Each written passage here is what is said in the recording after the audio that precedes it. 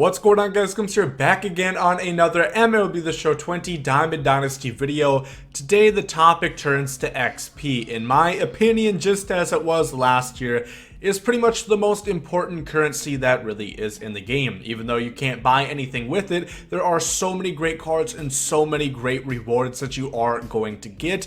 I am already at level 51 bronze, and I spent lowly like $20 on the game. I've barely touched any of the collections, and today I'm going to give you guys great tips on how to get tons of XP to get tons of great cards fast. Now, before we get into this one, make sure you guys leave a like down below. It really helps out the channel. Subscribe if you guys are new. Looking to grow a lot this year, have a lot of tips, already put out a lot of tips. I had a conquest video earlier today if you guys want to check that out, which also is a good way of getting XP. So make sure to subscribe, guys, if you have not yet. So let's go ahead and get into this one. The first thing I'm gonna show you guys is actually a way to farm XP. It's not a collection, it's not a mission, it's not a moment. This is something that I want to show you.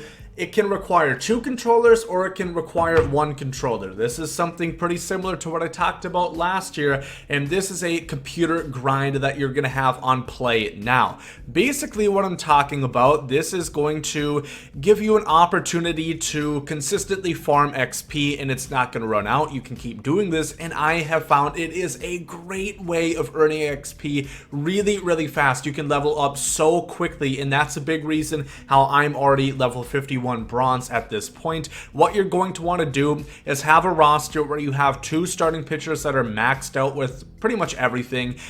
Mainly control is the big thing, at least for the 4-seam fastball, because that's all you're going to be able, that's all that you want to throw. And this is what you're going to do. First of all, load up some sliders. These are the ones that I did for myself personally, because I think this is what you want to do.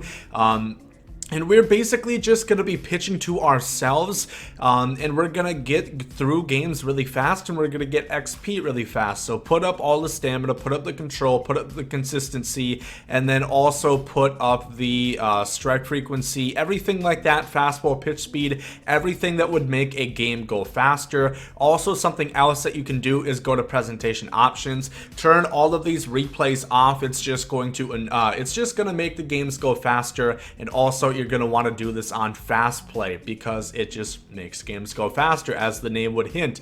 And this is how you're going to set it up. So my 2 teams are the Rays, and then I'm going to start up the second controller. There is a different way that I will tell you. If you don't have a second controller, I don't know why I logged into the same account twice. That was dumb. Here we go. We have the Rays and the Yankees, just as I had those 2 souped up pitchers. And what we're going to be doing here, make sure it's on fast play. Quick counts have to be on. That's going to start some counts at 0-2, which is going to make this game go by so quickly. 9 innings. I don't know if the difficulty changes things if you get more XP if you're on a higher difficulty. I am not sure about that. But select your 2 pitchers, Charlie Morton and Garrett Cole, and we're going to get on into this game. And this is completely mindless grinding. Some people like that, some people don't, but you can do so much stuff. You can watch Netflix, you can watch YouTube, you can do whatever you want. You don't have to focus on this game. It's very easy and it's very simplistic.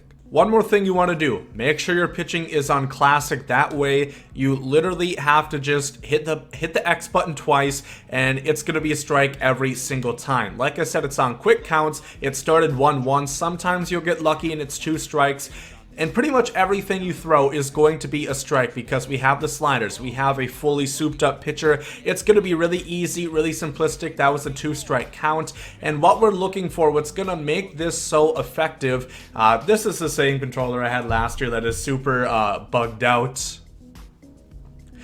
But you're just going to want... You're gonna want to do that the whole time. Just keep spam pressing X once an inning is over. Move to the different controller, and that's the one you're gonna be pressing X with. Make sure to score 1 run at some point. I usually do it in the bottom half of the 1st inning. So in that way, it's going to end after the top of the 9th. I don't think you want to go into extra innings.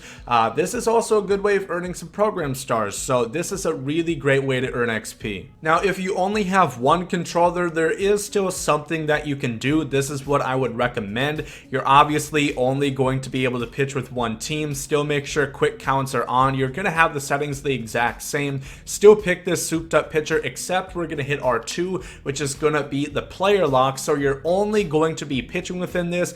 I would say the two controller method takes between 5 and 10 minutes. This one will probably take you closer to 10 minutes to do, but still, nonetheless, you're going to get good amount of XP. I think you get more if you do the two controller method, but if you only have one, this is a surefire way to level up really fast. Now that we've talked about the way to farm XP, let's talk about the ways that you can get XP right now. These are more single time things, whether it be a collection or a moment, but the first one that I recommend that you really want to do in order to get XP is the Team Affinity moments. Now, I don't necessarily recommend you do these for the Team Affinity because whether you do Showdown or the exchanges, these are only a +3, so it really isn't going to get you anywhere unless you are getting these a couple months down. But otherwise, I think it is worth it for the XP. You earn anywhere between 400, 300, 450 XP for doing one of these. It's pretty easy. It's like on veteran difficulty, get on base 3 times,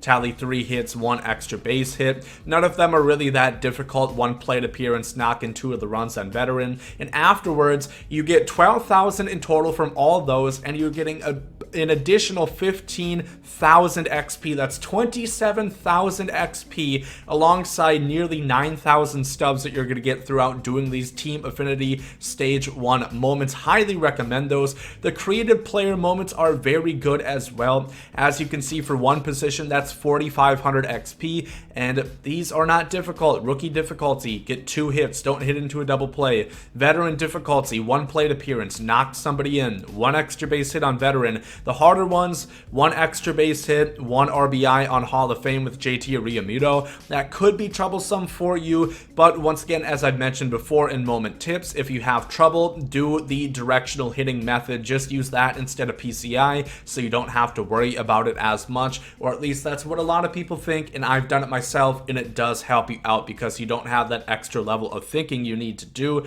Collections are obviously a big thing to get XP. The ones that I recommend you do are obviously the starter collections. Don't do the bat skins. This gives you 1,000, but you have to get 3 bat skins unless you already have them. I think they go for more than 1,000 stubs on the marketplace. It's not really worth it, but make sure to do all the rest of these right here. It's going to total 5,000 XP for the infielders. That's 1,000. All 3 of these are 1,000, and then these 4 are gonna net you 500. The trophies are really good as well. 1 diamond player, you are going to get 2,500 XP. You probably have a diamond, whether it be a pre-order diamond or whatever, or if you completed the conquest, the Willie Mays. Equipment, just lock in 10 of these, you're going to get 750 stubs, and then 2,500 XP. If you've gotten to level 10 to pick your evolution player, you're already going to have one of these. And then the gold players as well, I recommend this. I don't have it quite yet. That's another 3,000 XP, so eventually once you get there, I think it's worth it, but don't just buy the gold players outright just to get the XP. A lot of people, of course, are going to mention the live series collections. First of all, don't do the free agents, or don't go out of your way to do so. I think there's more than 350 of these right now, and a lot of them go for over 100 stubs, and it's going to take you a lot of time to put in the buy orders. I have just gotten these throughout opening packs or, after game rewards. I think that's the best way to go about it. Yes, there's tons of XP here, but just do it gradually. Don't go out and knock it right now. But then for the team collections, of course, for collecting 10, you're going to be able to get 2,000 XP, which is very nice, and then you get 2,500 for collecting 20. I think right now I would recommend going up to 20 unless you want to do some of these collections, but if you don't want to do them like me, I'm not really beaming to do any collections right now. I have my eyes on some other cards. That's 4,500 XP. It'll cost you, after a little bit of stub rewards you get, I would imagine it'll be like 1,000 to 2,000, but that's 4,500 XP per team, which is pretty dang good. That is really fast leveling, and you're not really going to be able to get that anywhere else.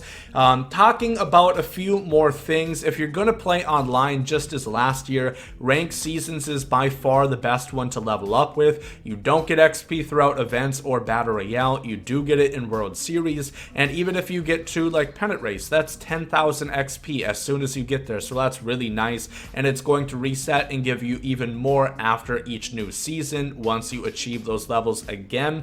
More things, Conquest. The first inning Conquest map I think is definitely worth it. I don't have the XP numbers right here, but I know it doesn't take all that much time. You get a couple hidden pack rewards in there as well, and you also get 30 program stars, which could help you out to get more stubs. This one, if you have the time, do it. If not, I don't really know. Like I said, I came out with a video on Conquest tips if you want to check that out, top right hand corner. It is really helpful if you are struggling, but this does take a lot of time. If you don't have a lot of time, I would definitely prioritize the stuff I've mentioned prior. And then Showdown as well. I really think you should do at least the starter Showdown. That's going to get you, 3,000 plus XP. The first inning and the divisional stage Team Affinity Showdown are going to be difficult, but they have a lot of really good XP rewards. And then of course you're going to earn 70 program stars for the first inning program, which is really, really good. And then also these are going to help you get the Team Affinities, which doesn't earn you XP in and of itself, but you're going to get some nice diamond cards. So if you want to try out Showdown, definitely do it. I'm going to try and start grinding it. It's going to be difficult, but I don't really have much stuff to grind for after I complete the Team Affinity moments. But there we go. That's the best way to earn XP. Multiple ways that you can farm and earn XP one time only within MLB The Show 20. Like I said, there's just so many good cards within the XP reward path. Once you get to level 80, you're going to get one of the best starting pitchers in the game in this Corey Kluber, or one of the best relievers in the game, end game, not just right now, at level 80 bronze. So really great players. Make sure and get your XP up. If you guys have any more questions, make sure to let me know down below in the comments section. If you all enjoyed this video or it did help you, make sure to leave a like down below. Thank you all for watching. Hope you guys have a great rest of the day. There goes Mizzoudi.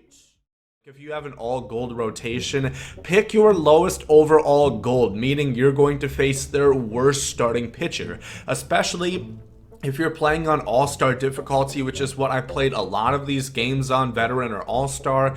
Having the difference between facing a Chris Sale or the bottom end of the red